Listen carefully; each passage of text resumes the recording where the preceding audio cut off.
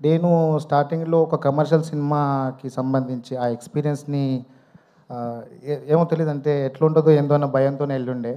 But అక్కడికెళ్ళిన తర్వాత అక్కడున్న అట్మాస్ఫియర్ గానీ, లైక్ నా అసిస్టెంట్ డైరెక్టర్స్, డైరెక్షన్ టీమ్ అంతా ఎవ్రీవన్ అందరూ ఫ్రెండ్స్‌గానే ఉంటూ ప్రతిసారి సపోర్ట్ చేస్తూ ఉన్న డైరెక్షన్ టీమ్ అందరికీ థ్యాంక్ యూ సో మచ్ అన్న.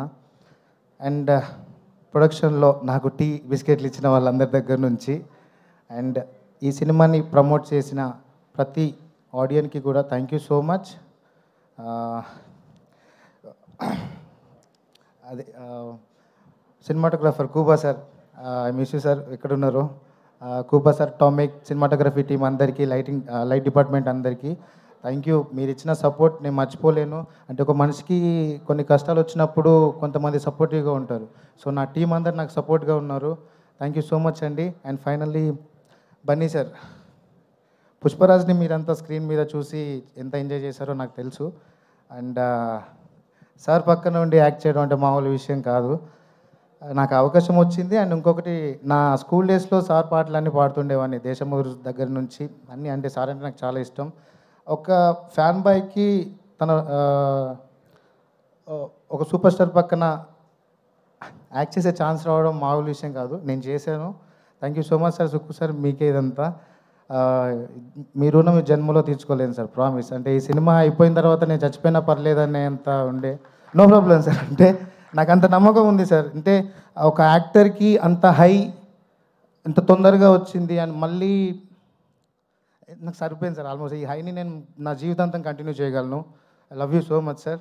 అండ్ బన్నీ సార్, మీరు ఇచ్చిన సపోర్ట్ ప్రతి షాట్లో తను వచ్చి జగదీష్, కేశవ అని అంటారు సార్. ఇప్పుడు కేశవ ఏం కంగారు పడుతున్నావు? ఏం కంగారు పడొద్దు, అలా చేద్దాం ఇలా చేద్దాం. ఎన్ని టేక్లు అయినా కూడా సార్ నాకు అంటే బేసిక్గా ఒక షార్ట్ అయిపోతే క్లోజప్ ఉంటే డైలాగ్స్ అంటే కో ఆర్టిస్ట్ డైలాగ్స్ చదువుతూ ఉంటారు. బట్ నాకు బన్నీ సార్ ఎప్పుడు నా పక్క నుండి నాకు సపోర్ట్ చేసి తన డైలాగ్స్ కూడా చెప్పి కేశవ్ గడ్ పర్ఫార్మెన్స్ బాగా చేయాలి అని చెప్పి. లవ్ యూ సార్, మీ సపోర్ట్ ఎప్పుడు మర్చిపోలేను. And Rashmika ma'am, you're so cute, thank you so much. చాలా బాగుంటారు సెట్లో మీరంతా.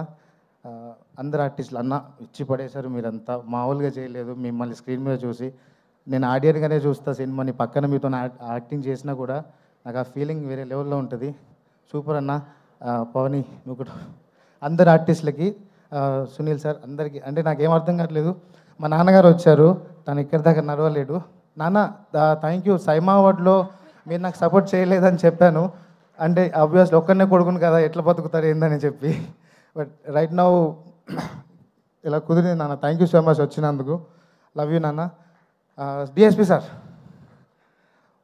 ఏదో రోజు మీ మ్యూజిక్ డైరెక్షన్లో ఒక పాట పాడతా సార్, నాకు అది డ్రీమ్. అది ఖచ్చితంగా పాడతాను సార్, ప్లీజ్ ఒక ఛాన్స్ ఇవ్వండి. అండ్ థ్యాంక్ యూ టీం అందరికీ.